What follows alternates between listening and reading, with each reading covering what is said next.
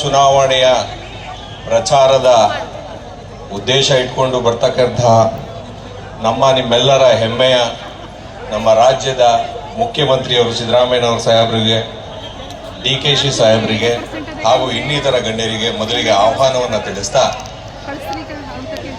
ಇವತ್ತು ಏನು ಈ ಜನಸಮೂಹ ನೋಡಿದಾಗ ನಮ್ಗನ್ಸುತ್ತೆ ಬದಲಾವಣೆಯ ಪರ್ವ ಪ್ರಾರಂಭ ಆಗಿದೆ ಮಂಡ್ಯದಲ್ಲೂ ಕೂಡ ಅನ್ನೋದು ಗೊತ್ತಾಗ್ತಾ ಇದೆ. ಕೆಲವೇ ದಿನಗಳ ಹಿಂದೆ ಹಲವಾರು ನಾಯಕರು ಬಂದು ಇದೇ ವೇದಿಕೆ ಮೇಲೆ ಕೆಲವೊಂದನ್ನು ಮಾತುಗಳನ್ನ ಆಡಿದ್ದಾರೆ. ಅದಕ್ಕೆ ಉತ್ತರ ನೀಡುವಂತಹ ನಿಟ್ಟಿನಲ್ಲಿ ಹೇಳೋದಾದ್ರೆ, ಚುನಾವಣೆಗಳು ಕೆಲವೊಂದು ಮಾನದಂಡಗಳ ಮೇಲೆ ನಡೀತದೆ ಅನ್ನೋ ಭ್ರಮೆಯಲ್ಲಿ ಅವರಿದ್ದಾರೆ. ಚುನಾವಣೆ ವ್ಯಕ್ತಿಗತವಾಗಿ ನಡೆಯುತ್ತೆ, ನಾವು ಕೊಟ್ಟಂತಹ ಅನುದಾನಗಳ ಮೇಲೆ ನಡೆಯುತ್ತೆ, ಜನರಿಗೆ ನಾವು ಹೇಗೆ ನಡ್ಕೊಳ್ತೀವಿ ಅನ್ನೋದ್ರ ಮೇಲೂ ನಡೆಯುತ್ತೆ. ಬರೀ ಒಳ್ಳು ಮಾತುಗಳು, ದುರಹಂಕಾರದ ಮಾತುಗಳಿಂದ ಇವತ್ತು ಜನಗಳ ಮನಸ್ಸನ್ನ ಗೆಲ್ಲಕ್ಕಾಗೋದಿಲ್ಲ ಅನ್ನೋದು ಕೆಲವೊಬ್ರಿಗೆ ಅಲ್ಲೇ ಅರಿವಾಗಿದೆ. ಬಟ್ ಇನ್ನೂ ಅರಿವಾಗಿಲ್ಲ ಅಂತ ಭಾವಿಸ್ತೀನಿ ನಾನು.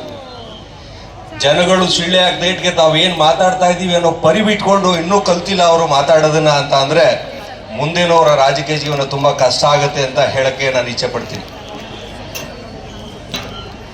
ಚುನಾವಣೆಗಳಲ್ಲಿ ಒಬ್ಬ ವ್ಯಕ್ತಿ ಗೆಲ್ತಾನೆ.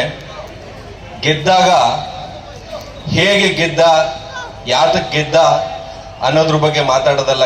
ಗೆದ್ದ ಮೇಲೆ ಆ ವ್ಯಕ್ತಿನ ಜನ ಆಯ್ಕೆ ಮಾಡಿದ್ದಾರೆ ಅಂತ ಅರ್ಥ. ಕೆಲವೊಂದು ಜನ ಹೂವಾಪೋಗಳು ಅದೇನೋ ವಿಷುದ್ ಬಾಟ್ಲಿ ಇಟ್ಕೊಂಡು ಗೆದ್ಬಿಟ್ರು, ನೀವೇನಾರ ಕಿತ್ ಬಿಸಾಕಿದ್ರ ನೋಡಿದ್ರೆ ಏನಾದ್ರು.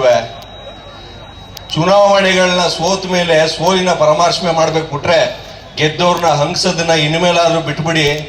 ಯಾಕೆ ಅಂದ್ರೆ ಇಲ್ಲಿ ನಿಮ್ಮ ಸರ್ವಾಧಿಕಾರಿ ಧೋರಣೆ ನಡೆಯೋದಿಲ್ಲ ಅಂತ ಹೇಳಿ ನಾನು ಈ ಮೂಲಕ ಅವ್ರಿಗೆ ಸಂದೇಶವನ್ನು ರವಾನೆ ಮಾಡ್ತಾ ಇದ್ದೀನಿ.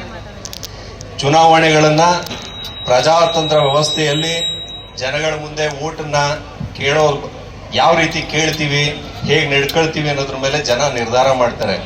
ಅದು ಬಿಟ್ಬಿಟ್ಟು ಹಣಕಾಸು, ನಿಮ್ಮ ಊಹಾಪೋಹಗಳು, ಅಪಪ್ರಚಾರಗಳಿಗೆ ಜನ ಮಣೆ ಹಾಕೋದಿಲ್ಲ ಅಂತ ಹೇಳಿ 2023 ವಿಧಾನಸಭಾ ಚುನಾವಣೆಯಲ್ಲಿ ನಿಮ್ಗೆ ಅರಿವಾಗಿದೆ ಅಂತ ಹೇಳ್ತಾ, ಈ ಬಾರಿನೂ ಕೂಡ ನಮ್ಮ ವೆಂಕಟರಮಣಗೌಡರು, ಸ್ಟಾರ್ ಚಂದ್ರು ಅವರು ಕೂಡ ಸೌಮ್ಯ ಸ್ವಭಾವದವರು, ಹಾಗೆ ನಮ್ಮ ಸ್ಥಳೀಯ ಮಂಡ್ಯ ಮತದಾರರು ಅವರು ಕೂಡ ತನ್ನದೇ ಆದ ಒಂದು ವೃತ್ತಿಯಲ್ಲಿ ತುಂಬಾ ಮೇಲ್ ಬಂದು, ಆ ಮೇಲ್ ಬಂದ್ರೂ ಕಷ್ಟ, ಕೆಳಗಿಳಿದ್ರೂ ಕಷ್ಟ.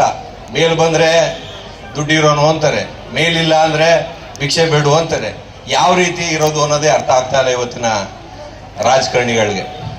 ಆದ್ರಿಂದ ಒಳ್ಳೆತನ ನೋಡಿ, ಚುನಾವಣೆಗಳು ಬಂದಾಗ ಸಂಬಂಧ ಹೇಳ್ಕೊಂಡ್ ಬರೋರ್ಗೆಲ್ಲ ಮಣೆ ಹಾಕ್ಬೇಡಿ. ಸ್ಥಳೀಯವಾಗಿ ಯೋಚನೆ ಮಾಡಿ, ಯಾರು ನಮ್ಮ ಕಷ್ಟ ಸುಖಕ್ಕಾಗ್ತಾರೆ, ಯಾರು ನಮ್ಮ ಕೈಗೆ ಸಿಗ್ತಾರೆ ಅನ್ನೋದ್ರ ಬಗ್ಗೆ ಯೋಚನೆ ಮಾಡಿ. ನುಡಿದಂತೆ ನಡೆದ ಸರ್ಕಾರ ಏನಾರ ಇದ್ರೆ ಅದು ಕಾಂಗ್ರೆಸ್ ಸರ್ಕಾರ. ಎಲೆಕ್ಷನ್ ಪೂರ್ವದಲ್ಲಿ ಏನು ಅನೌನ್ಸ್ ಮಾಡಿದ್ರು 5 ಭಾಗ್ಯಗಳಿಗೆ ಆಲ್ರೆಡಿ ಯಶಸ್ವಿಯಾಗಿ ನಡೀತಾ ಇದೆ. ಇನ್ನೊಂದು ಆರೋಪ ಇದೆ, ಬರ ಅಂತ ಹೇಳ್ತಾರೆ. ನಿನ್ನೆ ಏನೋ ಬಂದ್ಬಿಟ್ಟು ಮಳೆ ಬಂದೇ ಬಿಡ್ತು ಅಂದ್ರು. ಬರೋ ಮಳೆ ಜೋರಾಗಿ ಬರ್ತಿತ್ತೇನೋ, ಅದು ಕಮ್ಮಿ ಆಗೋಯ್ತು. ಬಟ್ ಇವತ್ತು ಸಿದ್ದರಾಮಯ್ಯ ಅವ್ರು ಬರ್ತಾವ್ರೆ, ಇವತ್ತು ಮಳೆ ಬರುತ್ತೆ ಅಂತ ಹೇಳ್ತಾ, ಅದನ್ನು ನೋಡಿ ಪ್ರಕೃತಿಗೆ ಯಾರು ಏನು ಮಾಡೋಕ್ಕಾಗಲ್ಲ. ಪ್ರಕೃತಿ ನೀವಿದ್ದಾಗಲೂ ಪ್ರವಾಹ ಬಂದು ಎಷ್ಟೋ ಜನ ಸತ್ತೋದ್ರು. ಆದ್ರಿಂದ ಪ್ರಕೃತಿಯನ್ನ ರಾಜಕಾರಣಿಗೆ ಎಳಿಬೇಡಿ, ಪ್ರಕೃತಿಯಾಗಿ ಇರ್ಲಿ ಅಂತ ಹೇಳ್ತಾ, ನೀವೆಲ್ಲ ಮತ್ತೊಮ್ಮೆ ಇಲ್ಲಿ ಬಂದಿರೋರಿಗೆಲ್ಲ ಆಹ್ವಾನವನ್ನು ಆಡ್ತಾ, ವೆಂಕಟರಮಣಗೌಡರಿಗೆ ನಿಮ್ಮೆಲ್ಲ ಮತವನ್ನು ಚಲಾಯಿಸೋದ್ರ ಮೂಲಕ ಅವರೂ ಕೂಡ ಲೋಕಸಭೆ ಚುನಾವಣೆಗೆ ನಮ್ಮ ರವಿಶಂಕರ್ ಅವರಿಗೆ ಬಲಪಡಿಸ್ಲಿ ಅಂತ ಹೇಳ್ತಾ, ಕೈ ಬಲಪಡಿಸಿ ಅಂತ ಹೇಳ್ತಾ ನಾನು 4 ಮುಗಿಸ್ತಾ ಇದ್ದೀನಿ. ಜೈ ಹಿಂದ್.